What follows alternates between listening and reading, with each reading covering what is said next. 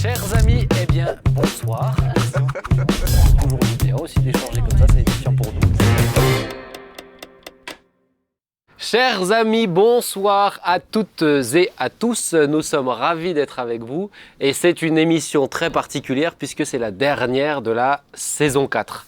Et je me suis dit que je vais prendre les plus anciens de l'équipe parce que du coup on ne sait pas si on vous verra sur la saison 5.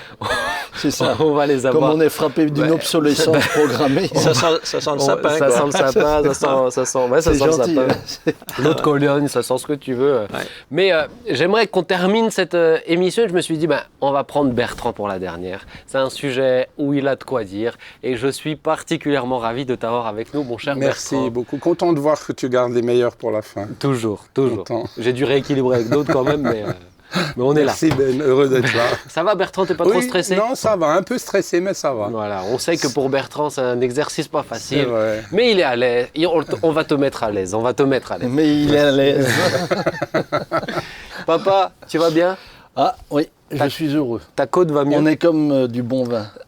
Plus il est vieux, C'est pas faux. plus il est recherché, C'est- plus il est cher. C'est pas faux. Et voilà. Voilà. Bon, à un moment Tu donné, veux il passer à finit. Jean-Marie, À un j'ai moment dit ce que je donné, voulais dire. à un moment donné, il finit par se bouchonner. Hein. Faut faire attention quand même. Hein. Faut boire. Ça dépend. Ça dépend. Il suffit de savoir le conserver. Comment Ta mère va- sait bien le conserver. Oh là là. Non, j'ai pas envie de tout savoir. Merci. Non. Comment va ta côte? Eh bien écoute, c'est là que j'ai réalisé à quel point Adam a souffert pour que la femme soit créée. Voilà, bon, on est. Je lui ai retiré la côte. J'aurais pas dû poser la question. Je m'attendais. On n'aurait pas dû. Hein. Jean-Marie, tu vas bien? Oui, j'ai pas de problème de côte, ça va. La retraite toujours bien? Ah oui, ça va. Toujours Ça va, satisfait. j'en abuse pas. Il bat en Tu- retraite. Tu fais par contre beaucoup plus de kilomètres, j'ai l'impression, depuis que tu es en retraite. Oui Oui, un peu plus. Ben parce qu'avant, c'est lui qui m'empêchait. Non, il n'a plus le droit. Tandis que maintenant, je fais comme je veux. Hein. Il a plus Non, le droit. il chante I am free. Il est libre. Voilà, Libre comme le vent. c'est ça. Bon, alors, ce soir, on va te parler de la foi. Pour terminer, je trouve, en plus, on va rentrer sur l'été. Là, on est, de mémoire, on est le 28 juin, date de diffusion de cette émission. Donc, on a tout l'été qui va arriver. Parler de la foi, maintenir la foi quand il n'y a plus de culte le dimanche. Peut-être qu'on part en vacances, peut-être que on va faire d'autres choses. Il n'y a plus cette stabilité, mais la foi doit toujours être présente. Donc, j'aimerais qu'on puisse développer ça sur 3 axes. Qu'est-ce que la foi? La foi toi, je t'ai demandé face au péché, papa, et toi, Bertrand, la foi face aux besoins, quand on a besoin, comment on fait, qu'est-ce que ça veut dire? On va commencer d'emblée. Jean-Marie, as-tu la foi? Oui. Bon, c'est bien. Alors, explique-nous ce qu'est la foi, qu'est-ce que tu comprends, mais de manière peut-être simple. Oui. Merci. Ah oui, la foi. Alors, je regarde mes notes. Non, c'est-à-dire que je pense que souvent, la foi, là où il y a peut-être une petite ambiguïté, c'est que pour certains, avoir la foi, c'est croire, et souvent croire est souvent perçu seulement comme avoir admis qu'un certain nombre de choses sont vraies. Alors, c'est vrai que dans la foi, il y a une part d'avoir admis des informations, mais croire que des choses sont vraies ne sont pas suffisantes pour avoir la foi. C'est-à-dire que si on demandait par exemple aux gens est-ce que vous croyez en Dieu, on aurait encore un certain nombre, une proportion de gens qui diraient oui, je crois en Dieu. Mais pour eux, ça veut juste dire je crois que Dieu existe. Et alors croire que Dieu existe et avoir la foi, évidemment, c'est pas la même chose. Parce que à la limite même, bon, c'est un peu une caricature, mais le diable lui-même sait que Dieu existe et ça fait pas de lui un croyant au sens de la foi. Donc la foi, oui, est basée évidemment sur l'adhésion à un certain nombre de vérités, mais c'est surtout la relation qu'on a avec Dieu sur la base de ces vérités. Sinon, on est juste dans quelque chose qui a touché l'intellect.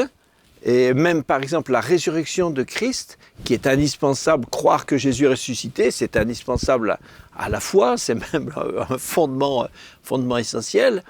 Mais c'est le rapport qu'on a avec cette résurrection qui fait qu'on a la foi. Le diable lui-même a certainement su que Jésus était ressuscité avant tous les disciples. Mais c'est pas parce qu'il sait, il le sait, il le croit, il le sait, mais il n'est pas dans une relation juste avec Dieu. Donc pour moi, avoir la foi, c'est être avec Dieu dans une relation d'acceptation, d'adhésion, où on se conforme à tout ce qu'on croit à propos de Dieu, à propos de l'œuvre de Christ et à propos aussi de ce que Dieu nous dit de nous-mêmes. C'est une manière d'appliquer concrètement les vérités auxquelles on croit. Oui, c'est ça. C'est comme souvent on dit aussi qu'il y a une différence entre admirer et adorer. Quelqu'un pourrait admirer, on admire une œuvre d'art, mais on n'a pas de relation avec. Je fais pas un avec la Joconde. Avec la Joconde, voilà. Mais alors qu'adorer Dieu, c'est pas seulement admirer. Je pensais au radeau de la Méduse, je me suis dit l'équipe pastorale, ça pourrait y ressembler des fois. Oui, moi je pensais à Vénus de Milo, mais mais adorer, c'est être en relation avec. On admire Dieu, mais pas seulement. On l'adore, c'est-à-dire que on fait un avec ce qu'on sait de Dieu. On est unis avec. Est-ce que la foi, est-ce que tout le monde a la foi? Non, je ne crois pas. Parce que ce que je veux dire par là, c'est que tu entends des fois, mais on met tous notre foi dans quelque chose. Moi, j'ai un peu du mal avec cette notion-là, parce que je n'ai pas l'impression que c'est ce que la Bible me dit. Moi, ce que je comprends, c'est que la foi, c'est ce qui me permet d'être en relation avec Dieu, alors qu'il est invisible. Oui, non, tout le monde. Je mets la foi dans mes études, je mets la foi dans. C'est pas la même chose. C'est une expression. Ouais, mais on l'a ramené à la même chose, tu vois. Oui, c'est une expression, mais c'est pas comparable. Même certains disent, alors c'est des images, et les images, mais une image c'est une image. Mais certains disent, par exemple, quand on roule en voiture, on a foi en passant un feu qui est vert, on a foi que les autres s'arrêtent au rouge, quoi. Mais ça c'est juste, c'est pas de la foi, c'est juste des connaissances empiriques qui nous disent que voilà qu'on peut. C'est pas de la foi. La foi, elle transcende le naturel, le réel. On a foi en Dieu, c'est-à-dire qu'on a confiance. On a confiance en lui. À tes souhaits. Merci. Merci. Est-ce que c'est ça quand on tient des propos poivrés. Est-ce que vous êtes d'accord avec sa définition de la foi? Vous avez des choses à rajouter? Je pense qu'on peut rajouter certaines choses, mais je les garde pour mon intervention. T'as vu comme il joue? Il joue vraiment perso. Mais c'est comme ça tout le temps. En tout cas, il garde ces trucs. Dans le livre des Romains, il y a un texte qui dit que la foi vient de ce qu'on entend. Et ce qu'on entend vient de la parole de Dieu. Donc, c'est pas ce qu'on entend et qui vient des hommes politiques ou pour ne citer qu'eux, mais elle trouve sa source dans la parole de Dieu. Et celle qui nous permet de croire Dieu, de croire ce qu'il dit, mais de savoir également ce qu'il dit et ce en quoi on doit croire. Ouais. C'est ça, l'origine de la foi n'est pas naturelle, elle transcende notre réalité. C'est Dieu qui la donne. Oui. C'est Dieu qui la donne. Mais on peut l'accepter ou pas. C'est ça. C'est-à-dire que c'est pas parce que c'est Dieu qui la donne que certains pourraient se targuer de dire moi je ne crois pas en Dieu parce qu'il ne m'a pas donné la foi. On a tous le choix en fait de croire en lui ou non. Exact. Et tu sais ce que j'ai pensé une fois ? Ça, on le voit dans l'histoire de Lazare et du riche. Lorsque le riche demande à Abraham d'envoyer Lazare pour lui rafraîchir le bout de la langue, le riche dit non, mais envoie Lazare vers mes frères, parce que s'ils voient quelqu'un ressusciter des morts, ils croiront. Et là, Jésus dit, ils ont Moïse et les prophètes. Mm-hmm. Si Abraham dit, ils ont Moïse et les prophètes, qu'ils y croient. Mm-hmm. S'ils ne croient pas à Moïse et aux prophètes, même si quelqu'un reviendra des morts, mm-hmm. Ils ne croiraient pas. Qu'est-ce que ça veut dire ? Ça veut dire que ces frères ont une responsabilité individuelle par rapport à la foi. D'où le fait qu'on ne peut pas dire la foi ne m'est pas tombée dessus. Elle tombe sur personne. Hein. Mais ceux qui le cherchent le trouvent. Mais tu sais ce à quoi j'ai pensé une fois, parce que c'est un peu, ça pourrait se rapprocher de la doctrine des choisis, des élus, etc. Mm-hmm. Et La Bible dit que la foi vient de ce qu'on entend vient de la parole de Dieu. Quand Dieu parle, c'est là que la foi peut se manifester. Et la Bible dit aussi que Dieu parle au moins 2 à 3 fois à chaque personne. De manière, il se fait sentir au moins 2 à 3 fois. Peut-être que certains, c'est par la création. Tu vois, quelqu'un qui n'a jamais entendu parler de Jésus, mais qui comprend que Dieu existe, et parce qu'il comprend que Dieu existe, agit en fonction de ça, avec un certain respect pour la nature et la création. C'est une dimension de foi qu'il a reçue dans la révélation qu'il a reçue. Mais ça montre bien que si Dieu parle au moins 2 à 3 fois à chaque personne a au moins 2 ou 3 fois l'occasion de recevoir la foi. Oui, puis là, dans le contexte, c'est Dieu parle de manière précise, particulière, mais d'une façon générale, n'importe qui est confronté toute sa vie à la complexité, par exemple, d'une création qui est inexplicable sans une origine surnaturelle. Donc déjà, tout le monde doit se poser la question de cette création implique un créateur. Ouais. Et ça c'est un constat permanent. On a beau essayer d'évacuer ça par des processus intellectuels, mais c'est factuel. La création, elle est là, il y a un créateur. Alors je me permets, j'aimerais pas trop embrouiller les gens sur Internet, mais c'est une réflexion du coup. Qu'est-ce que vous pensez de ceux qui croient en un Dieu et qui agissent en fonction de ça? Leur Dieu ne sera pas, c'est pas l'éternel, mais ils ont une dimension, je dirais, de croyance qui est au-delà. Tu vois, il y a quand même d'autres gens qui ont une forme, je dirais, de spiritualité, où ils sont vraiment convaincus dedans. Qu'est-ce que vous pensez de ça? Est-ce que tu dirais que c'est de la foi? Je ne suis pas en train de dire que c'est ça qui les sauve, etc. Mais est-ce que c'est une dimension aussi de foi à ce moment-là? Tu as quelqu'un qui n'a jamais entendu parler de Jésus. Mais je dirais que de Jésus, ou même de Dieu, même avant de parler de Jésus, de Dieu dans sa personne, mais Dieu, évidemment, demandera jamais à quelqu'un qui n'a pas reçu les informations, par exemple sur l'œuvre de la croix, etc. Dieu ne va pas lui demander d'avoir accepté Christ mort pour nos péchés, etc. Il n'est pas au courant. Mais par contre, Dieu tient compte à chacun de ce qu'il a fait avec les éléments qu'il avait reçus. Donc tout le monde a des éléments, je les rappelle rapidement, mais tout le monde a des éléments, tout le monde a vu dans la création qu'il y a un créateur, tout le monde a une conscience. Ouais. Et ça, c'est inné, et il n'y a qu'à voir les enfants tout petits, ils ont 1 an, ils savent déjà quand ils ont fait bien ou mal. Tout le monde a une conscience qui lui dit qu'il y a le bien et le mal, et tout le monde a en lui la conviction que cette vie ici-bas se poursuit après. Donc tout le monde sait qu'il y a un Dieu, qu'il a fait le bien et le mal, et que dans l'éternité, il doit en rendre compte. Ça, c'est inné. C'est en Inde, en Papouasie, en Europe, à New York, c'est pareil. Tout le monde naît avec ça. Donc Dieu peut demander à chacun comment il a répondu à ces lumières-là.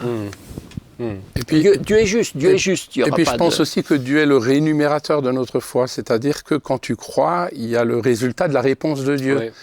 Et je pense notamment aux prophètes de Baal dans la Bible, qui avaient beau demander à leur Dieu de faire tomber le feu, pour autant le feu n'est pas tombé. Mais lorsqu'Élie a demandé au feu de tomber, parce qu'il croyait au Dieu qui donne des réponses et qui agit en fonction de ta foi, il a vu la réponse de Dieu. Et ce qui a été une réponse pour tout le peuple. Ils ne peuvent plus clocher. Ils ne peuvent plus dire on ne sait pas en fait à ce moment-là. C'est ça. Est-ce que la foi est appelée à grandir, à se développer, ou c'est un truc que Dieu drop comme ça, il lâche sur quelqu'un et puis débrouille-toi avec? Ou est-ce que vous, dans votre expérience personnelle, étant des cheveux blancs, vous avez l'impression que vous avez grandi dans votre foi? Est-ce que vous avez le sentiment d'avoir grandi dans votre foi? Ah ben, la foi, oui, la foi, comme toute, je sais pas comment dire, comme toute qualité, c'est pas simplement une réalité binaire. J'ai la foi, j'ai pas la foi. C'est pas un 0 ou 1. Mais une fois qu'on a la foi, bien sûr, la foi, elle peut grandir. On grandit dans la foi. T'as grandi dans quoi, toi, papa, dans la foi? Par exemple, quand tu étais par plus exemple, jeune. dans l'exercice des dons spirituels. Ouais. D'ailleurs, l'apôtre Paul dit que chacun les exerce selon l'analogie de sa foi. C'est-à-dire que au fur et à mesure que ta foi s'affermit et grandit, eh bien, évidemment, il va pouvoir aussi te dire des choses ou te demander des choses que tu n'aurais pas été en mesure de faire quelque temps avant. Et je pense que ça, c'est important et cela fait partie de la maturité chrétienne. Dans la direction de l'Église aussi. Dans la direction de l'Église, mais je dirais dans tous les domaines. Maintenant, au moment où les disciples disent « augmente-nous la foi », le contexte est totalement différent. Là, c'est au sujet du pardon où pour pardonner, à un moment donné, ils se rendent compte que aide-nous, viens au secours de notre foi, puisque de nous-mêmes, on n'est pas en mesure charnellement de le faire. Ouais. Même croire que Dieu, par exemple, au début, on se convertit, on découvre certaines qualités de Dieu, certains aspects de l'œuvre de Christ, mais évidemment pas tout d'un coup. Donc petit à petit, on acquiert même croire que Dieu est toujours juste, avec moi, que Dieu est toujours bon avec moi. Mais des fois, quand on traverse des moments difficiles, Romains 8, 28, des moments on se dit mais qu'est-ce que Dieu fait dans ma vie? Qu'est-ce que Dieu fait dans ma vie? Bon, alors si on prend ça avec le Seigneur, et puis on peut y grandir, et finalement, on en arrive à une conviction indéracinable, que même si je ne comprends pas, même si c'est souffrant, même si ça me déplaît, mais Dieu continue d'être bon avec moi. Quelqu'un comme Job était un champion de la foi, tout lui échappe, sauf la vie, il reste juste vivant, tout lui échappe, et il continue de dire Dieu est juste. Bon, sur la base de rien expérimentalement, il comprend rien, il a tout perdu, il est dans la souffrance, mais il dit non, je continue de croire on ne doit pas reprocher quelque chose à Dieu. Tu progresses et Dieu permet. Bon là, c'est un champion quand même. Dieu, je dirais que, en tout cas, Dieu dose. Et puis la Bible dit, Dieu permet pas que ce soit au-delà de nos forces, au-delà de ce qu'on soit capable de gérer. Mais je pense même en dimension de foi, il va pas permettre des choses qui pourraient desquelles on perdrait la foi parce qu'elles sont au-delà de nos forces. Mais on progresse dedans. Moi, j'ai même l'impression que dans les années, avec du temps, avec le Seigneur, tu as aussi, rien que sur la croix, tu donnes au début ta vie à Jésus, tu es touché par la croix, mais plus tu avances, plus tu as aussi des révélations de la croix. Tu comprends la croix plus profondément et ta foi est encore plus ancrée. Elle est encore moins déstabilisée, comme tu le disais, par les circonstances. Oui, puis souvent, au début de ta foi, tu as besoin, pour grandir dans ta foi, que Dieu réponde à tes prières. Et je suis souvent étonné de voir combien des jeunes croyants, ou même des gens pas tout à fait croyants encore, reçoivent rapidement une réponse de la part de Dieu, simplement parce que la foi naît également dans les réponses que Dieu apporte et te permet de grandir. Mais sur la fin, Dieu est souverain et tu mets ta confiance en ce Dieu qui répond plus qu'en la réponse de Dieu. Et quand tu considères qu'il est souverain, même s'il ne répond pas, tu continues à croire. Ouais. Est-ce que vous avez déjà eu des crises de foi ? Je ne vous parle pas de physique, de manière physique, mais... Alors après Noël, des fois, le chocolat... Non, mais est-ce que vous avez... Parce que tu sais, moi, je suis sûr que vous en avez eu aussi, mais des gens qui viennent vous voir en disant « Mais maintenant, d'un coup, j'ai des idées qui me passent, et si tout ça, c'était qu'une invention, etc. » Moi-même, quand j'étais plus jeune, je suis passé par là, en disant « Mais est-ce que c'est pas juste... On t'a mis t'es dans un contexte familial chrétien, évangélique, est-ce que c'est pas juste... Ça a assis la foi d'une certaine manière, mais ça passe des fois par des crises de foi. Est-ce que vous, personnellement, vous avez déjà eu des crises de foi ? Ça m'est déjà arrivé d'avoir des doutes, mais rapidement, je crois que la foi en celui qui m'a toujours aidé, toujours soutenu, a pris largement le dessus. Ça t'a donné de l'assurance. Et voilà, mes doutes se sont évaporés, mais ça m'est déjà arrivé. Papa ? Alors, ça ne m'est pas arrivé souvent, mais si ça a pu m'effleurer, imaginer à un seul moment que Dieu n'existait pas, me mettait devant un vide abyssal tellement profond et enlevait tellement de sens à toute l'existence que, même de manière raisonnable, j'ai juste pu revenir à l'évidence. Ouais. Maintenant, j'aimerais le dire avec humilité, mais j'ai eu la grâce, même dans les moments les plus difficiles où on a été malmené et tout, D'être convaincu qu'il était là, toujours. Même quand j'étais au plus mal, dans différentes situations, j'étais toujours convaincu. Crise de foi, ça peut être, on va venir dessus aussi, mais ça peut être même dans des circonstances, pas remettre même l'existence de Dieu en question, mais dans des circonstances. Tu vois, tu as parlé, vous avez souvent témoigné avec maman dans votre couple, etc. Ça demande une dimension de foi. Est-ce que là, tiens, comment tu l'as vécu ? Est-ce que j'ai désespéré à par ce exemple, moment-là? oui, de dire Dieu. Alors là, je dois dire, sous cet angle-là, oui, il y a eu des moments où j'aurais peut-être été tenté de chercher d'autres solutions plus radicales et plus, je dirais, plus rapides, qui me semblaient évidentes, mais qui, à quelque part, ne tenaient plus compte de la volonté de Dieu. Ouais. Et de ce qu'il est capable de. Ouais, de ce qu'il est capable. Et ça, je pense quand même que c'est un élément extrêmement important. Nous vivons selon ce que nous croyons. C'est ça. J'en parlais hier avec ta maman dans la voiture, en disant, mais imagine que toi ou moi, nous ayons pris dans notre vie, face à nos propres difficultés de couple, des décisions qui ne tenaient pas compte de la volonté de Dieu. Notre famille aurait explosé en 1000 morceaux. On serait parti dans tous les sens. Et il y a plus d'une famille chrétienne aujourd'hui qui doit son unité, qui doit sa beauté, qui doit la joie de voir ses descendants, etc., uniquement à une chose. Dieu. C'est le fait d'avoir continué à croire, même quand c'était difficile. Ouais. Oui, moi je ne crois pas avoir, depuis vraiment que j'ai vraiment rencontrer la foi, rencontrer Jésus, depuis que je suis né de nouveau. Honnêtement, je ne crois pas avoir douté ni de l'existence de Dieu, ni de ce que la Bible dit de Dieu, sa sagesse, sa puissance, sa bonté, son amour. Ça, j'ai jamais douté. Tu n'as pas grandi dans un milieu chrétien, toi ? Moi, j'étais un arrière-plan catho. Ouais.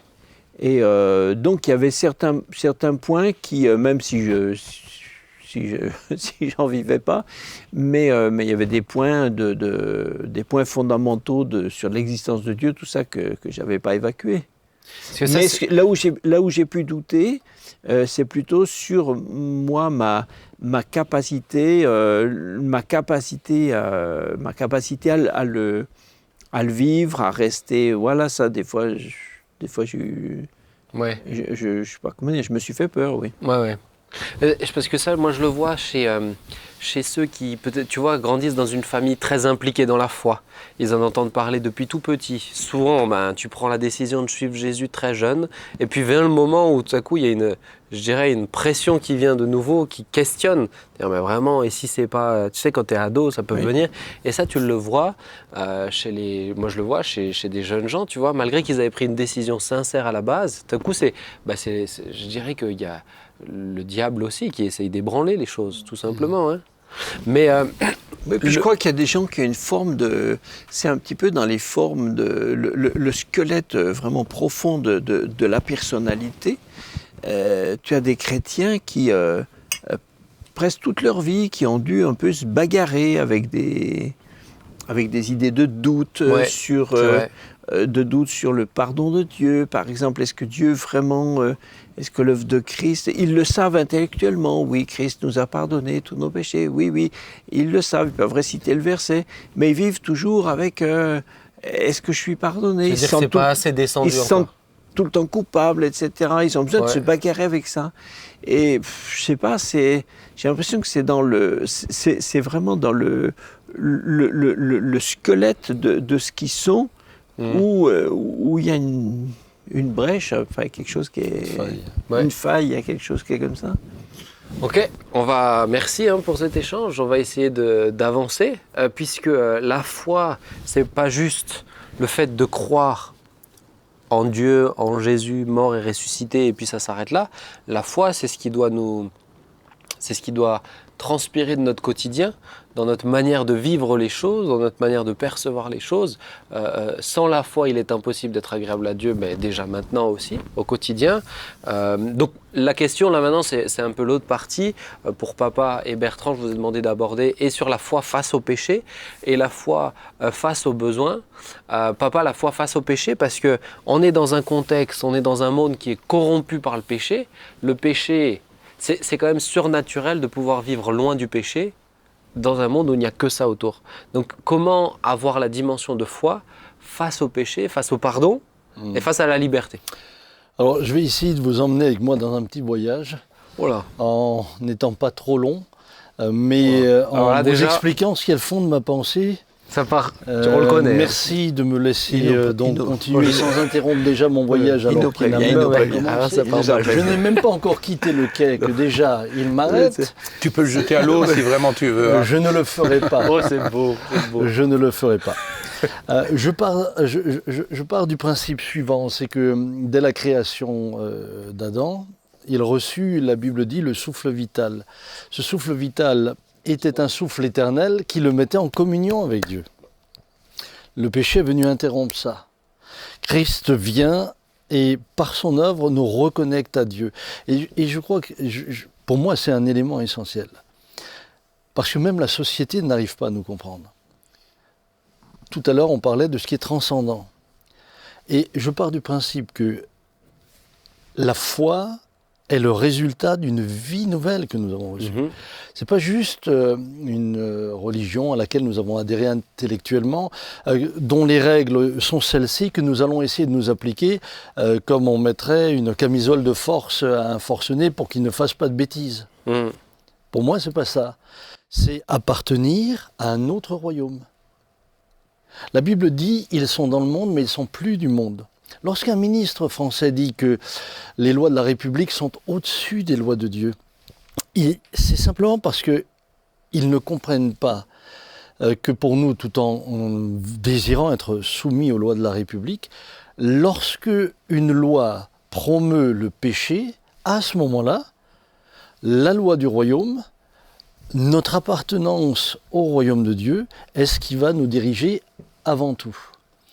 Et il me semble important de dire à tous ceux qui finalement nous suivent et nous regardent, mais que nous sommes nés de Dieu, nous sommes nés d'en haut.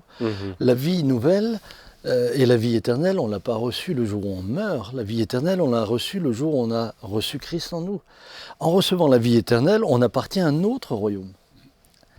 Bien sûr qu'on est dans le monde, mais plus du monde. Donc les principes du monde ne sont plus ceux qui nous dirigent.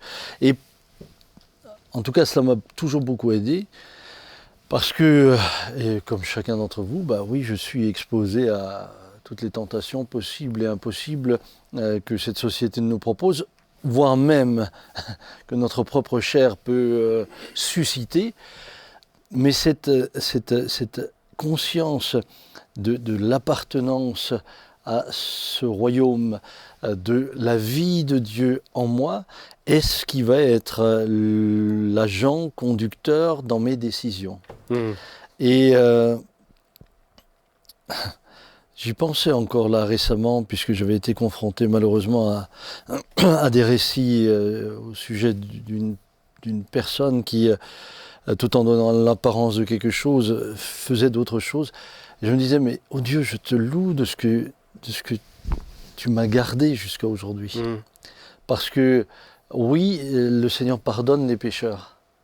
Mais je me dis qu'il y a plus grand que d'être pardonné de son péché, il y a pouvoir vivre sans y tomber. Et je te coupe juste dans ton voyage, parce que ça, c'est un point très important. Et je trouve qu'on n'aborde pas clairement. Est-ce que tu crois qu'un chrétien sur terre peut ne plus jamais pécher? Alors moi je crois de tout cœur qu'un homme qui est sincèrement attaché au Seigneur, etc., laissant de plus en plus de place à la nouvelle nature, parce que c'est de ça qu'il s'agit, naturellement ne va plus avoir envie. Puisque on n'est pas dans simplement des règles qu'on appliquerait, on est dans une nouvelle manière de voir la vie, on est dans une nouvelle manière de voir les priorités, on est dans une conscience aussi de tout ce que cela engendre en souffrance lorsqu'on fait ces choses. Et puis surtout, et plus que tout, à mon sens, c'est plus tu aimes le Seigneur, plus tu as cette crainte de Dieu, moins tu as envie de t'en éloigner. Mais donc c'est possible. Souvent, je dirais moi j'en suis personnellement convaincu. Si on nous dit on a reçu la vie de Christ en nous, qu'on est libre du péché et qu'on doit suivre le modèle de Christ, je dirais que c'est le modèle qu'on doit viser.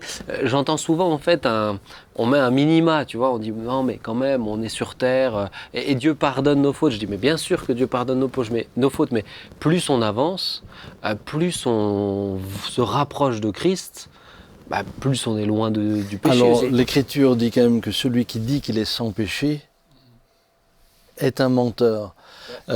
En d'autres mots, je crois que nous serons toujours, en tout cas, confrontés, en tout cas obligés de prendre des décisions.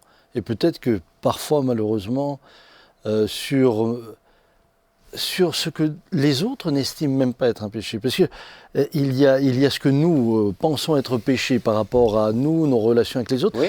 Et puis, il y a ce que Dieu voit dans nos cœurs. Il y a ce que lui peut interpréter comme étant, même si ce n'est pas vu, même si ce n'est pas connu, même si ce n'est pas su, et même si c'est parfois inconscient, mais un péché. Oui. David dit, dans un psaume, David parle de ses péchés, demande pardon, et à la fin, il dit, parlant de ses péchés, il dit « Pardonne-moi ceux que j'ignore ». J'ai trouvé que c'est très, très fort. Il est conscient que même après avoir tout confessé, peut-être il y en a encore dont il n'a même pas pris conscience et qui existent quand même. Ouais. Donc ça c'est parce que notre conception du péché fatalement elle est insuffisante parce qu'elle est notre conception humaine. Donc si Dieu est divinement saint, notre conception de la sainteté est insuffisante aujourd'hui. On ne peut pas connaître Dieu totalement, on ne connaît pas que Dieu est totalement saint. On le sait, on le sait, mais on ne le sait pas totalement. Ouais, on ne le mesure pas. Voilà. Donc forcément, par ricochet, nos conceptions de ce qui contrevient à la sainteté de Dieu est aussi incomplète. Donc même notre conception du péché est incomplète. Donc même si quelqu'un avait l'entière conviction de vivre aujourd'hui totalement sans péché, ça prouve pas qu'il n'a pas tout compris. Ça prouve pas qu'il l'est totalement, parce qu'on ne sait pas exactement. La sainteté de Dieu est tellement grande, hein, il suffit d'une paille pour qu'elle soit de nature contraire à la sainteté de Dieu. Moi, je l'entends ça. Ce qui me dérange, c'est que qu'on en fasse une excuse. Et qu'on le présente souvent comme ça. Oui. Là où la Bible dit quand même qu'on est libre du péché. C'est-à-dire que l'emprise du péché... Et puis on est encouragé, soyez parfaits comme votre Père dans le ciel est parfait. Donc on doit tendre vers cela. Tu vois, bien sûr que je suis pas à la place de Dieu dans le jugement, mais quand je voyais vivre grand-père... Ça nous rassure. Quand je voyais vivre grand-père, je me suis déjà arrêté en disant, bon, quand même, grand-père, qu'est-ce que je l'ai vu chez lui? Je peux dire ça allait pas. Et je peux pas dire une seule fois. Et je ne peux pas dire que ça signifie que forcément il a pas fait de péché, c'est pas ça que je dis. Je suis juste en train de dire que pour moi, plus on avance, plus on se rapproche de Christ, plus ça devrait être évident qu'on est loin du péché. Mais c'est ce que je disais tout à l'heure, plus cette nouvelle nature s'installe, puisque la nouvelle nature est d'origine divine. Ouais. Je pense que ça c'est quand même, on le répétera jamais assez, mais attendez... vous êtes né de nouveau. Vous n'êtes né ni de la chair, ni du sang, ni de la volonté de l'homme, mais de Dieu. Être chrétien, c'est quand même un privilège extraordinaire. Moi, j'aimerais le dire à tous ceux qui nous regardent, c'est juste extraordinaire. Vous êtes déjà une partie prenante d'un royaume qui est éternel. Sur terre, on est déjà. Et vous êtes dans le monde, mais plus du monde. Ouais. Est-ce que cela fait de nous des martiens? Mais pas du tout. On est au contraire proche de tous ceux qui nous entourent. On n'est pas exempt d'être confronté à la tentation. Adam et Ève qui vivaient dans un monde parfait ont été tentés et sont tombés là. Eux, ils sont tombés dans le monde parfait. Alors eux, ils étaient pires parce que eux, ils étaient pires que nous, statistiquement. Ils ne pouvaient faire qu'un péché et ils l'ont fait. C'est-à-dire qu'ils ont fait le 100% de tous les péchés qui étaient à leur disposition. C'est ça. Donc si on le regarde comme ça, on dit ils n'ont pas été bons. Hein. Mais ça reste un mystère. Oui, quand même, mais je dirais que face à chaque péché, on est dans la même position. Oui, mais certains revivalistes avaient développé le concept de ce qu'ils appelaient l'entière sanctification. Est-ce qu'un homme peut arriver à vivre ce qu'ils appelaient l'entière sanctification? Bramwell, Whitefield ou même Finney, ces gens-là disaient, à un moment, ils disaient, et c'était pas pharisiaïque, c'est que effectivement, comme Sam le disait, ils sont arrivés à un moment où toutes les choses qui sont contraires à Dieu ne les intéressent pas. C'est donc ça. ils vivent contre. Mais ce qui serait dangereux, à mon avis, ce serait que quelqu'un commence à se dire à un moment, bon, ben ça y est, comme si c'était une espèce. Voilà, comme si c'était une espèce d'échelon. C'est ça. Ça y est, j'ai passé maintenant j'ai le degré. J'ai atteint l'illumination chrétienne. J'ai ce degré-là. Oui. Et comme si ça lui donnait une espèce de maintenant d'invincibilité. On vivra dans la chair, donc face à la tentation jusqu'au bout. Bien sûr. Par contre, je voudrais vraiment encourager tous ceux qui nous suivent. C'est tellement beau de pouvoir vivre libre du péché. C'est-à-dire que quand on dit vivre libre du péché, c'est pas avoir la capacité chaque jour de lui résister. C'est juste, ça t'intéresse plus. C'est juste, on n'a pas envie. Juste, t'es libre, c'est le truc qui passe. Juste, ça t'est étranger. C'est-à-dire que t'es même pas en train de lutter contre. T'es libre. Alors justement, je reviens sur le sujet. Quel est le rôle de la foi dans cette dimension de liberté face au péché? Parce qu'on est quand même en lien avec ce royaume de Dieu, d'une certaine manière, sur terre aussi, par la foi. Tu vois? Mais justement, la foi nous amène à quoi? La foi nous amène à mettre en œuvre et à vivre selon le nouveau royaume auquel nous appartenons. C'est parce que nous avons la foi que nous vivons en conséquence de ce que Jésus enseigne. Et en mettant en pratique cet enseignement, automatiquement, on va se retrouver à faire des choix. Mais ces choix qui, peut-être parfois au départ, peuvent être un choix qui demande une prise de position, soudain nous emmènent aussi à une totale liberté. C'est pour ça que je veux dire aux chrétiens, mais la vie la plus belle, c'est celle d'être enfant de Dieu. Parce qu'elle ne consiste pas... Moi, bien sûr, j'ai lu certains écrits de personnes qui s'étaient, par exemple, enfermées dans des grottes, etc. Alors, ils avaient le sentiment d'être libres, mais ils n'étaient pas libres. Juste, ils n'avaient plus accès. Si vous dites que l'alcoolique est libre parce que vous l'avez mis dans un endroit où il y a que de la flotte, vous ne saurez que s'il est libre le jour où vous le mettez dans la cave à vin. Oui. Mais pas. Donc donne-lui quand même de l'eau à boire si tu veux qu'il survive. Sinon, oui, parce qu'il va la déboucher la bouteille. Marcher dans une grotte, ça porte bonheur. Oh là là. Mais il attendait pour me la placer. Mais pour moi, c'est pas ça la liberté. La liberté, c'est justement, de pouvoir être dans le monde où on est et de voir la foi. Cette fois, dicter notre conduite. Mais pas dicter notre conduite comme cette règle. Non, elle dicte notre conduite parce que c'est notre vie, c'est notre manière de voir les choses, c'est notre manière de penser. C'est inscrit en nous. C'est inscrit en nous. Les choses de Dieu sont inscrites. La vie d'en haut est incarnée en nous. Moi, je pensais à mon père, et j'ai parlé de lui là, ces jours. Et je me disais, mais ce qui était remarquable chez lui, c'est qu'il... Si je disais de mon père, il est chrétien, ça ne voulait... Pour moi, il incarnait cette vie. Il jouait pas un rôle. Oui, non, lui, il était nature. Oui, mais c'est parfois difficile à expliquer. Il n'était pas juste en train d'appliquer ce que la Bible dit. Il n'était pas adepte du christianisme, il était... Non, c'est ce qu'il est. Il le vivait. C'était son identité. C'est ça. C'était son identité. Et pour moi, la foi, fait partie de notre identité. Ça nous appartient. Alors, est-ce qu'on peut... C'est pour ça que les gens reconnaissaient les premiers chrétiens, ils les appelaient les petits Christ, mais parce qu'ils l'incarnaient. Pas juste parce qu'ils avaient des règles, pas juste parce qu'ils avaient des signes extérieurs, des croix, etc. Parce que tu peux tout avoir, des croix, des signes extérieurs, et puis être à des années-lumière. Et ça, c'est... Est-ce que ce que tu dis là, c'est très juste, c'est très bien? Merci.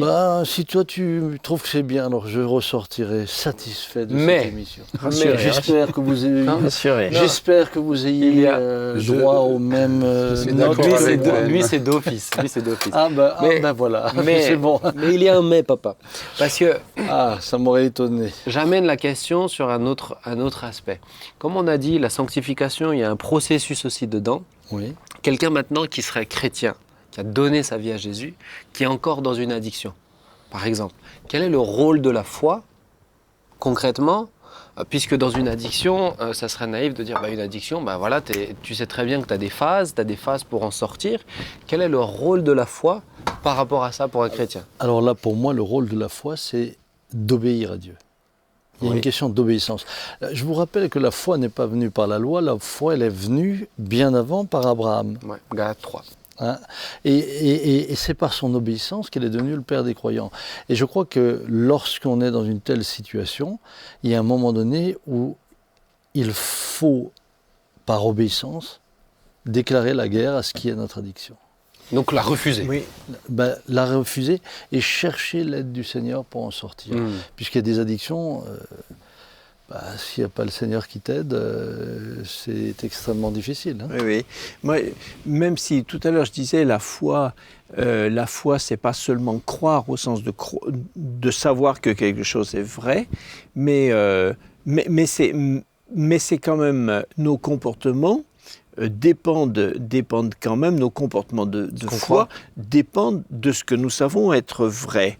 Et par exemple, pour lutter contre le péché, eh bien, il nous faut savoir, il nous faut croire ce que Dieu en dit. Il nous faut croire ce que Dieu dit de lui-même et de la relation qu'il a, lui, avec le péché et avec les pécheurs. Il nous faut croire ce que Dieu dit de la rémunération du péché. Il nous faut croire ce que Dieu dit de la rémunération des pécheurs. Donc si quelqu'un connaît ces choses d'une manière très floue, il est flou dans sa lutte contre le péché. Si quelqu'un n'est pas très sûr que Dieu soit totalement contre telle sorte de péché, comment il va lutter contre? Mais si quelqu'un est persuadé, il sait, il a trouvé dans les Écritures, et il est ancré dans le fait que Dieu ne supporte pas telle chose. Par exemple, Dieu est la répudiation, Dieu est l'adultère. Si quelqu'un en a eu cette révélation absolument, ça implique que son comportement va être différent. C'est pour ça que les gens qui ne nourrissent pas leur foi dans la présence de Dieu et avec la parole de Dieu sont souvent faibles par rapport au péché. C'est ça, donc dans un premier temps, de dire si quelqu'un est dans des formes d'addiction alors qu'il a la foi, c'est de nourrir sa foi de la parole, ce qui le rendra d'autant plus forte pour comprendre. Oui. Maintenant, toi je me rappelle, tu donnais cet exemple souvent de quelqu'un par exemple qui fume. D'accord ? Quelqu'un qui fume, il rencontre le Seigneur, il donne sa vie à Jésus, mais il fume encore, je sais pas, un paquet par jour, là, ou tous les 2 jours. Ça reste qu'il en a besoin, ça reste du coup une addiction. Spirituellement parlant, la Bible nous dit qu'il est libre du péché. Maintenant, dans son corps a encore besoin de cette nicotine-là. Et souvent, c'est un peu ce que je veux dire, j'aimerais qu'on l'aborde en frontal, cette question, parce que souvent, c'est la question des gens, la Bible dit que je suis libre, mais mon corps, il en sent encore le besoin. Ça veut dire quoi, concrètement? Le pont, qu'est-ce qu'il fait? Qu'est-ce que tu dis, Jean-Marie? Mais moi, une fois, alors c'est pas une loi, mais je discutais une fois avec quelqu'un qui était, alors lui, c'était pas avec le tabac, c'était avec l'alcool. Et je parlais avec lui, et à un moment, je lui ai dit, mais est-ce que tu crois que Dieu, parce que par ailleurs, il se disait chrétien, mais je lui ai dit, mais est-ce que tu crois que Dieu libère? Et à un moment, j'ai vu que ça avait comme fait quelque chose comme Un déclic, j'allais dire révélation, mais ça paraît un peu après, ça paraît un peu fort. Un déclic. Hein. Et je lui dis, mais si tu prends ça maintenant, ce que Dieu dit de ce qu'il a fait, c'est-à-dire que Christ t'a rendu libre, hein, il t'a rendu libre. C'est pas une question d'aujourd'hui, hier ou quoi, ça s'est fait il y a 2000 ans. Donc c'est réalisé, tu le crois. Et je lui dis, tu peux prendre cette liberté, ta liberté, tu la prends maintenant. Et oui. Et bon, alors voilà, le déclic s'est fait et il s'est arrêté de boire à ce moment-là. Il a compris qu'il est libre. Il a compris, sa vie, son couple en particulier qui était en train de voler en éclats, a été aussi sauvé par là. Et donc c'est une question. Donc la foi est puissante contre le péché, mais justement la foi c'est pas une impression. La foi elle s'appuie sur du réel, c'est factuel. La religion chrétienne est factuelle, elle est expérimentale. C'est pas une religion philosophique, c'est une religion de faits. Elle se base sur des faits, sur le fait de ce que Dieu est et sur le fait de ce que Christ a fait pour nous. Et c'est pas tu obtiens la liberté des péchés, c'est tu l'as obtenue en acceptant Christ. Voilà, tu rentres dedans. Je crois que celui qui naît de nouveau est pardonné. Il est sanctifié, l'esprit, l'âme, le corps. Maintenant, cette nouvelle vie doit prendre de plus en plus de place. C'est ça. Et quelqu'un peut très bien être encore lié par le tabac, mais en aimant le Seigneur du fond de son cœur. C'est ça. Et en le cherchant du fond de son cœur, sa dernière étape, ça va être de soumettre le corps à l'esprit. Puisqu'il y a quand même, nous sommes esprit, âme et corps, il y a quand même un moment donné où si nous suivons, et c'est ce que l'apôtre Paul déclare en parlant dans Romains 6, Romains 7, de la chair, si nous vivons selon l'esprit, eh bien nous exigeons que notre corps se soumette à l'esprit. Si nous vivons selon la chair, c'est la chair qui va nous conduire dans tous les excès, dans toutes les... Et c'est là que la personne peut être parfaitement chrétienne, aimant le Seigneur, sincère, mais il y a encore des parties de la chair qu'elle doit crucifier. Et souvent on juge juste celui qui fume, mais il y a celui qui a des mauvaises pensées sur son prochain. Je veux dire, à tous les niveaux, ça se décline. Mais ce que je trouve intéressant, colérique avec toute sa famille, mais ce que je trouve intéressant avec la partie, par exemple, la cigarette, c'est que c'est visible. Et puis que scientifiquement, on peut expliquer le principe addictif derrière. Oui. Pour moi, ce que tu dis, ce qui est important, et c'est important, c'est qu'il y a un processus dedans. C'est ça. Et que dans ce processus-là, parce que c'est souvent ce que le diable va utiliser. En disant, tu vois bien, ils disent que tu es libre, la parole dit que tu es libre, mais tu vois bien que tu n'es pas libre. Mais qu'est-ce que tu vas croire ? Ce que la Bible va dire, ou même ce que tu vas ressentir dans ton quotidien. Et c'est de voir même là-dedans, alors il y en a certains, ils comprennent le déclic, ils sont instantanément libérés, ou en tout cas ils le vivent instantanément, je dirais. C'est ça, mais il y en a d'autres où c'est progressif. Tu vois, moi je vois Michael, ton fils, mon petit frère, je mentionne. Vous remarquerez qu'il a dit d'abord mon fils. Oui, je ne vais pas dire mon fils, mais Michael qui lui... S'il avait été un héros, il aurait tout de suite dit mon frère. C'est un héros, Michael, c'est un héros. Sache-le. Résiste à la frustration. Très bon collaborateur pour moi. Mais Mike qui était addict à plein de choses quand même, l'alcool, et puis les joints, et puis la cigarette. Bon, les joints, il a pu très vite en sortir, mais la cigarette, on peut dire que ça a été une bataille. Et ça a été progressif. Et il est passé par différentes étapes, par différentes même stratégies aussi. Et aujourd'hui, il a eu cette victoire-là, mais parce qu'il a compris, et souvent lui-même il me le dit, parce qu'il l'a compris que ça devait être progressif. Et nous-mêmes, à cette époque-là, on ne lui mettait pas de pression. J'ai un jour aimé une remarque de mon père à des chrétiens qui disaient « Pasteur Jean, c'est pas normal, on sort d'église et ils sont là en train de fumer. » Il dit « Mais c'est le jour où plus personne fume qu'on devrait se poser des questions. » Parce que pour lui, ceux qui étaient là, c'est ceux qui venaient d'arriver, c'était des nouveaux, ils venaient au Seigneur, ils venaient louer, etc. Et puis après, il y a encore ce corps qui est addict à ce tabac. Mais ils sont en processus. C'est ça. Oui. Par contre, si Jésus revient, ils sont sauvés.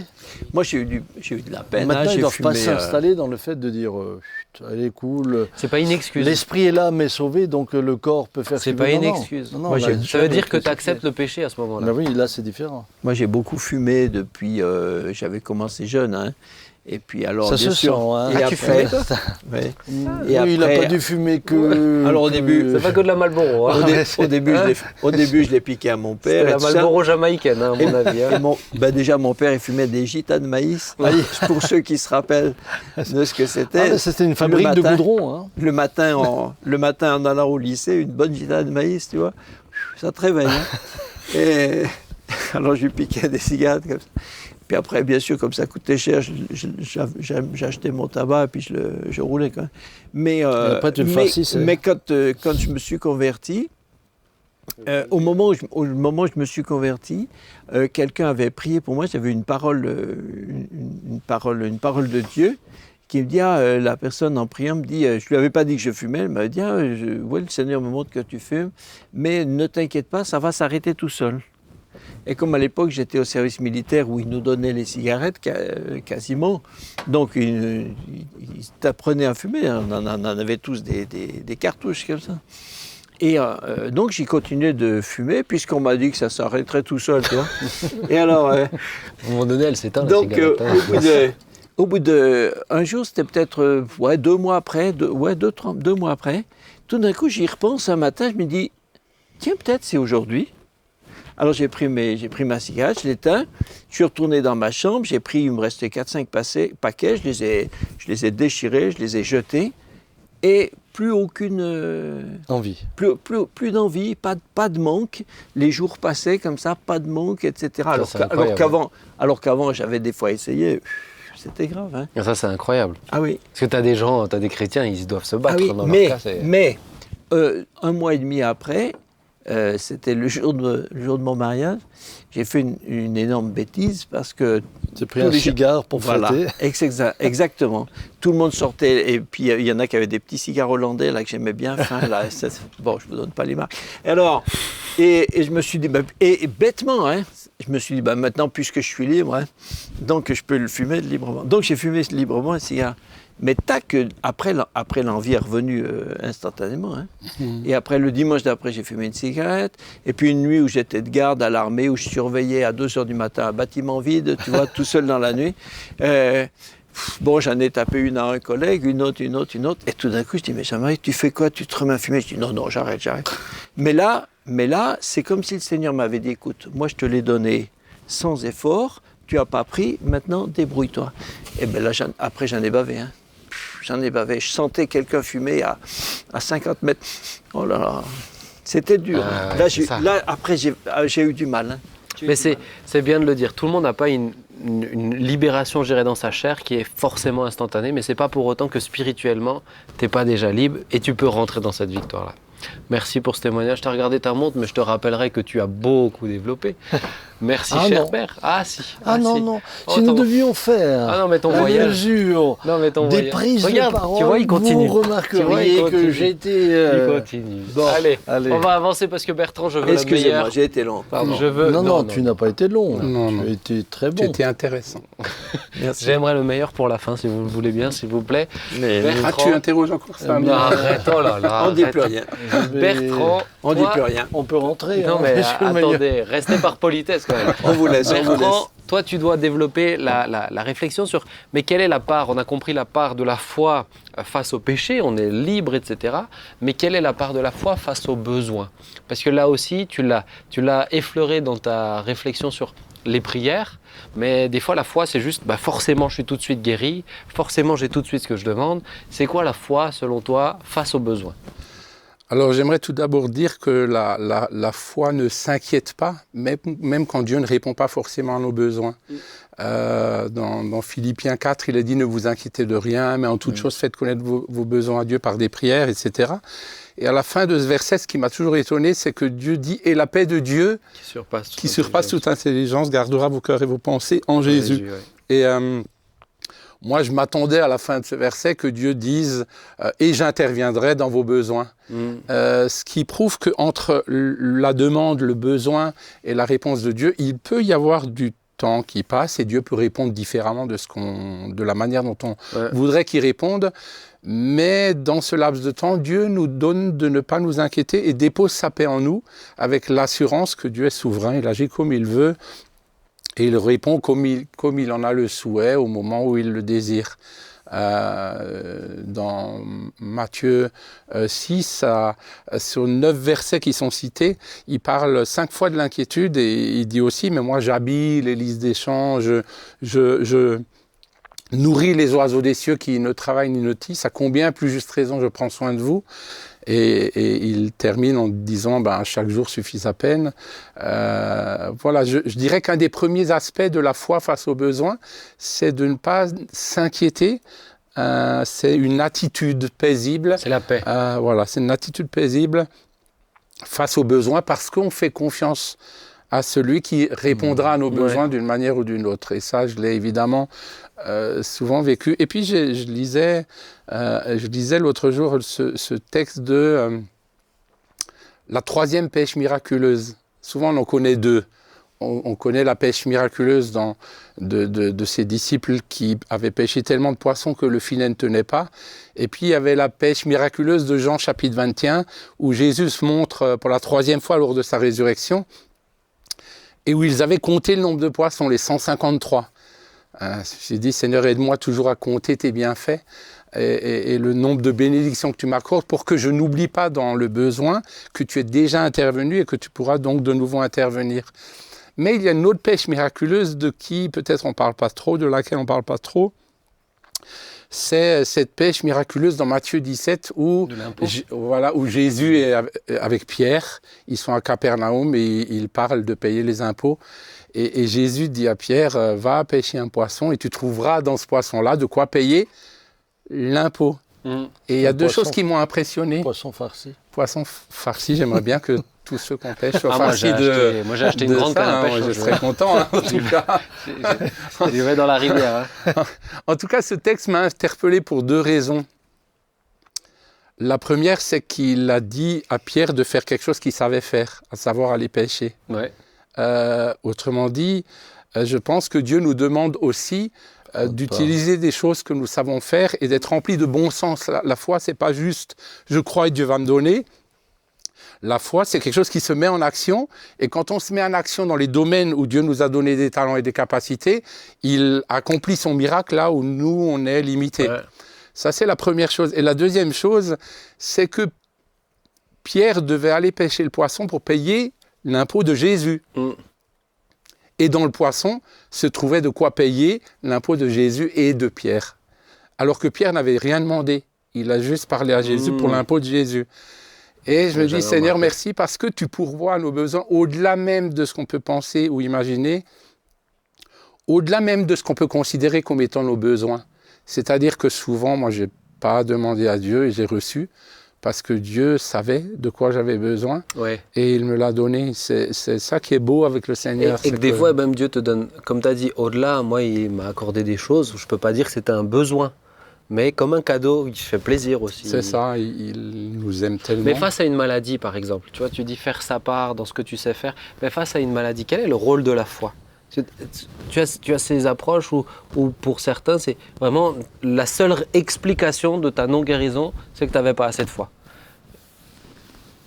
En tout cas, moi, je mets en application ce que dit la parole de Dieu. Je fais ma part. Dieu dit de prier pour les malades, d'imposer les mains.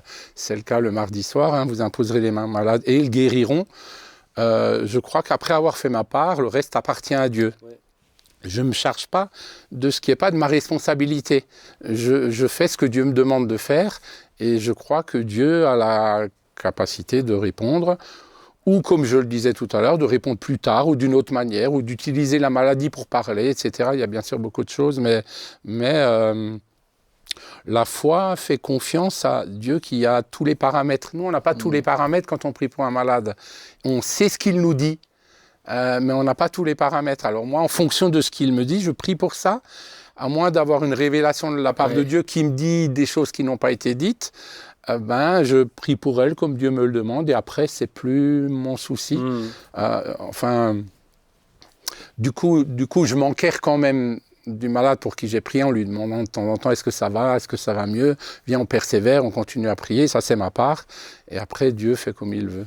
C'est pas parce qu'il y a la foi que c'est forcément instantané non plus. Des fois il faut continuer à persévérer. La foi n'oblige pas Dieu à faire quelque chose. Oui. La foi elle accepte sa souveraineté. Et puis peut-être juste dans la pêche que tu as citée, Pierre obéit à un ordre de Jésus. C'est-à-dire le résultat est là parce que c'est Jésus qui lui dit de le faire. Pierre partait sur sa propre initiative en se disant je vais me pêcher un poisson, il y aura le stataire dedans. Il risquait d'être déçu. Et je pense quand même que très souvent c'est là que le bas blesse. C'est qu'au nom de la foi, on pense pouvoir tenir en otage Dieu qui doit nous suivre dans ce qu'on fait. Alors que Dieu lui s'engage qu'à faire ce qu'il a commandé. Oui. C'est ça. Et ça, c'est extrêmement important pour moi.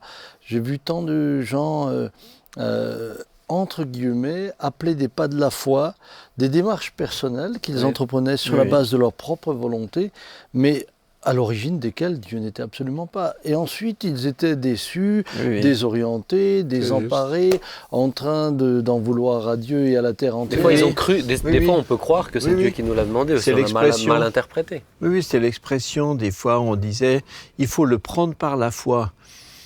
Mais si c'est nous qui décidons, on décide à la place de Dieu.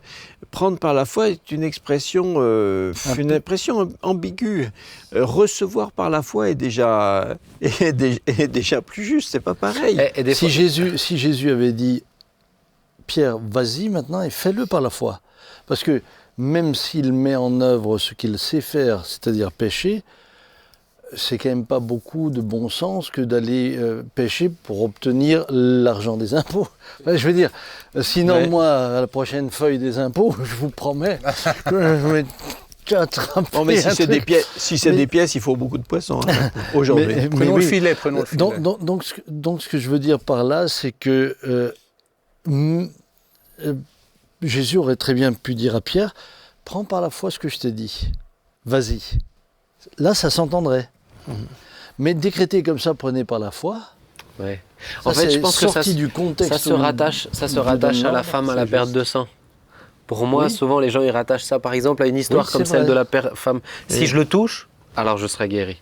Mais nous, on ne sait pas si c'est pas Dieu qui a déposé en elle cette conviction dans son cœur, tu vois. Mais il y a cette... Et malheureusement, certains sont déstabilisés parce qu'ils avaient l'impression que ça venait de Dieu. Tu vois, ils ont fait quelque chose pensant que ça vient de Dieu, mais c'était pas de Dieu. Et puis on fait de cet acte une doctrine. C'est ça le problème. C'est que Dieu peut faire... Oui, ça peut... Écoute, moi j'ai vu des personnes qui m'ont par exemple dit, ils sont venus, je les ai salués, ils ont été guéris.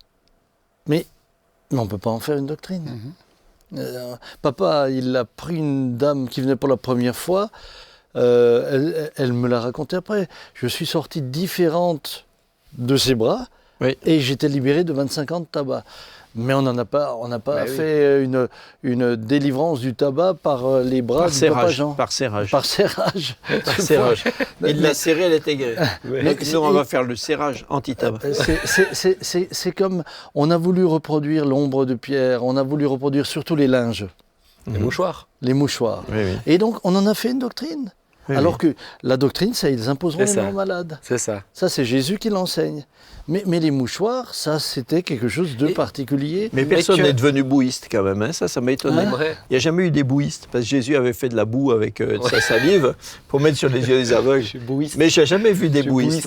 Ça m'a étonné. Des maçons. Des maçons, ça. Des bouistes. Non, mais c'est... Et puis des fois, il y a quand même eu des paroles de connaissance. Il y a quelqu'un qui est là, qui vit telle situation. Et on l'a eu, moi je sais que tu l'as eu, moi je l'ai eu aussi. 2-3 personnes complètement différentes qui ont dit cette parole était pour moi, moi j'ai été guéri. La parole, il y a une personne, mais il y en a 3 qui ont aussi cru, et puis il faut le dire aussi, qui ont reçu de cette... Ça. Mais c'est pas des règles. C'est pas des... ça se fait comme Dieu l'entend, et comme tu l'as dit, pour moi je pense que c'est très important.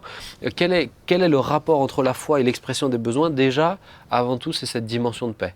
parce que cette sérénité par rapport aux besoins, qu'ils soient même d'ordre physique ou qu'ils soient d'ordre matériel, mais on peut avoir cette paix qui dépasse nos propres réalités. Et cette paix-là, c'est la première bénédiction de la foi sur terre pour les disciples de Jésus. Oui. Bébert, il disait tout à l'heure le mot confiance à propos de la foi. Et moi, j'avoue que des fois, j'aimerais presque qu'au lieu d'employer, maintenant, on ne peut pas le changer, c'est comme ça, c'est la tradition. Mais le mot foi, ce qui est embêtant avec le mot foi, c'est que c'est un mot qui n'est qu'un mot religieux. Donc ça veut dire que c'est un mot qui est seulement qui n'a pas prise dans le langage courant. Tandis que le mot confiance, c'est un mot qui a un sens dans le vécu tout le temps, tous les jours. Ouais. Et moi, des fois, j'aimerais mieux qu'on dise confiance, parce que si on disait confiance en Dieu, eh ben, plus on a confiance, c'est comme dans la vie pratique, plus qu'on a confiance en quelqu'un, plus on s'abandonne à lui. Et c'est comme les enfants tout petits. Les enfants tout petits, ils ne s'imaginent pas que son papa, sa maman va faire quelque chose, ne fera pas ce qu'il faut, il a confiance. Mais c'est ce qu'ils disent d'ailleurs. Moi j'ai maintenant confiance que ma femme a préparé le repas et qu'il est grand temps que j'y aille. J'ai compris ta confiance. Dans le psaume 30, on a compris la revendication de Jean-Marie. Dans le psaume 37 au verset 5, il dit d'ailleurs recommande ton sort à l'Éternel, mets en lui ta confiance et il agira. Exactement. Recommander son sort à l'Éternel, c'est pas toujours savoir où on va, comment on y va, de quelle manière on y va, mais on a confiance. Les amis, 1h05 sont passés. Bon, c'est bon. C'est beaucoup. C'est bon, face à l'éternité, c'est pas grand-chose. Je dis à ta mère de t'appeler. Mais qu'elle m'appelle, avec grand plaisir. Ne t'inquiète pas, Samuel. Exactement, tu es dans l'inquiétude. Les amis, on va terminer, mais on va pas juste terminer cette émission, on va terminer cette saison maintenant. Alors, comme dit, on va se revoir avec toute l'équipe d'organisation et je tiens à remercier particulièrement toute l'équipe qui sert tout au long de l'année, particulièrement Julie. Julie, viens vite Julie, comme ça les gens voient vite ta tête. Viens vite sur le plateau, s'il te plaît. Viens vite Julie, s'il te plaît, sur le plateau. Voilà, qu'on puisse te voir. Que ta tête, viens, rapproche-toi. Viens en entier près de nous. Viens là, oui, pas juste ta tête. Viens à côté de moi, là, comme ça. Voilà. Comme ça, vous voyez, mesdames et messieurs, Julie qui est avec moi. Et c'est pas juste sa tête. C'est comme les gens qui prient, bénis le repas, bénis les mains qui l'ont préparé. Le reste, mais tu vois, il est obligé d'en rajouter depuis avant. Tu me fais des signes, l'horaire. Il est obligé d'en rajouter. Julie, t'as pas besoin de merci beaucoup à Julie en particulier, mais merci à toute l'équipe de rédaction qui m'accompagne. Laisse-moi terminer. Laisse-moi terminer, Shmuel. Toute l'équipe de laisse-moi terminer. Toute l'équipe de rédaction. Merci à Pedro qui est à la sono exactement.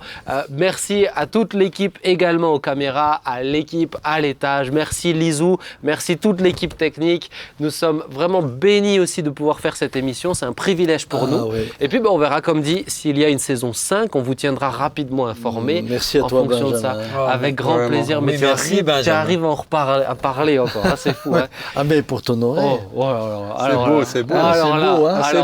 J'ai même des doutes que c'est pour ça. Tu vois, je soupçonnais un peu de taquiner. Merci. S'il te plaît, Elton John. Voilà, tu vois comme il est obligé de continuer. Allez, grand-père Shmuel, laisse-moi terminer. Jésus, tu veux dire? Non. Jésus on m'a dit Jésus dans comment elle s'appelle cette série? Please, John Lennon. Close. Allez, laisse-moi terminer. Non, j'aimerais prier et vous demander, chers amis, regardez à nouveau les émissions sur la page YouTube On s'y retrouve. Vous pouvez vous abonner. Fais pas comme si tu es intéressé, papa, parce que je te connais. Sur la page YouTube On s'y retrouve. Vous pouvez regarder les émissions. Julie, elle est là. Reste là avec nous pour terminer. Tu vois, t'as pas le micro, mais quand même. Mais profitez de ces moments de cet été pour le partager aussi. Il y a beaucoup d'émissions qui servent à annoncer l'évangile. Donc, utilisez-les dans ce sens-là. Que Dieu vous bénisse. Rendez-vous la prochaine fois, si Dieu le veut. Et j'aimerais qu'on puisse prier pour terminer. Et je vais demander à Bertrand, quelqu'un qui est encore présent et qui ne manque pas de patience. Vas-y, Bertrand. Courtement. Vas-y, Bertrand. Seigneur, merci de bénir toute l'équipe et pour le merveilleux travail qu'ils font. Nous croyons que ta parole, annoncée sous la forme dont s'y retrouve, trouve le chemin de bien des cœurs, trouve le chemin de bien des vies qui, au travers de tout ce qui est dit, amène des solutions. Oui, Père, nous nous réjouissons pour cela. Merci également, en rapport avec l'émission d'aujourd'hui, d'augmenter notre foi et de permettre que celle-ci s'appuie sur le rémunérateur de notre foi. Père, nous te bénissons parce que tu es merveilleux. Et comme le disait Sam et chacun d'entre eux tout à l'heure, nous sommes heureux de te suivre, heureux de t'aimer, heureux de marcher, de progresser chaque jour. Nous te bénissons pour chacun de tes bienfaits à notre égard. Sois honoré dans tout ce que nous sommes amenés à faire. Bénis aussi les auditeurs. Merci pour ta grâce sur chacune de leurs vies et que ceux qui peut-être n'ont pas encore trouvé la foi, puissent la trouver. Donne-leur la foi, afin qu'ils te rencontrent comme nous t'avons rencontré, et qu'ils soient au travers de cette rencontre bénis par ta présence. Merci de tout cœur, Seigneur, et que toute la gloire te revienne. Amen. Amen. Amen. Amen. Merci. Merci aussi à tous les chroniqueurs qui sont là et qui ont travaillé. Que Dieu vous bénisse, chers amis, et à très bientôt. Ciao, ciao. Merci Jean-Marie. Merci Julie. Merci Bertrand. Allez, arrête, va manger toi, va. Allez, ciao. Ciao, ciao.